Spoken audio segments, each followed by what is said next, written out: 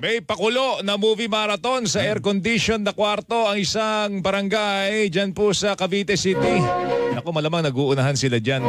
Inalok ito ng Barangay 58 sa kanilang mga constituent, partikular na sa mga nakatatanda.